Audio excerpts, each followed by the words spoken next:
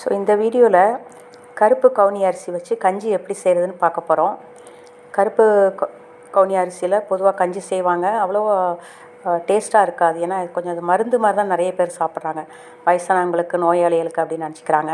ஆனால் எல்லா குழந்தையிலேருந்து எல்லோரும் விரும்பி சாப்பிட்ற மாதிரி இதை கொஞ்சம் நம்ம சுவையாக செய்ய போகிறோம். ஸோ கவுனி அரிசியை நான் ஒரு 20 நிமிஷம் ஊற வச்சுட்டு மிக்சியில் கொஞ்சம் சுற்றி விட்டுட்டேன். ஏன்னா வேகிறதுக்கு நிறைய டைம் எடுக்கும். அதோட ஊற வச்ச பாசிப்பருப்பு, வெங்காயம், ஜீரகம், வெந்தயம் இது எல்லாத்தையும் சேர்த்துக்கணும்.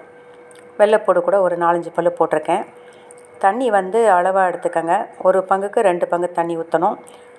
ஒரு டம்ளருக்கு நான் கருப்பு கவுனி எடுத்தேன்னா ஒரு அரை டம்ளருக்கு நான் பாசிப்பருப்பு எடுத்திருக்கேன்.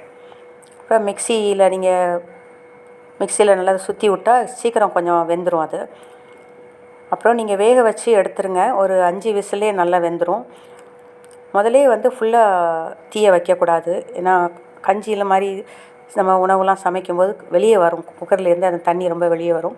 ஸோ அதனால் முதல்ல கொஞ்சம் குறைவாக தீயை வச்சுட்டு அதுக்கப்புறம் கொஞ்சம் கூட்டி வச்சு 4-5 விசில் நல்லா வெந்துருச்சு பாருங்கள். பசையாக வெந்துருச்சு.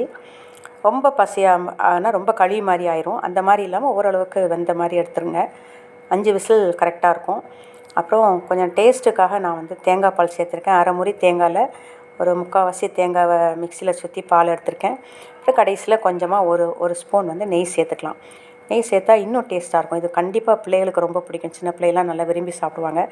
நீங்கள் சும்மா சாதாரணமாக செஞ்சு கொடுத்தா வெறும் அரிசியை மட்டும் ஊற வச்சு கஞ்சி வச்சு குடித்தா அந்த டேஸ்ட் வராது. ஸோ அதனால் டேஸ்ட்டுக்காக இதெல்லாம் சேர்த்ததுனால இது கொஞ்சம் ரொம்ப நல்லாயிருக்கும். ரொம்ப ஆரோக்கியமான ஒரு உணவு இது. குழந்தைகளும் விரும்பி சாப்பிடுவாங்க.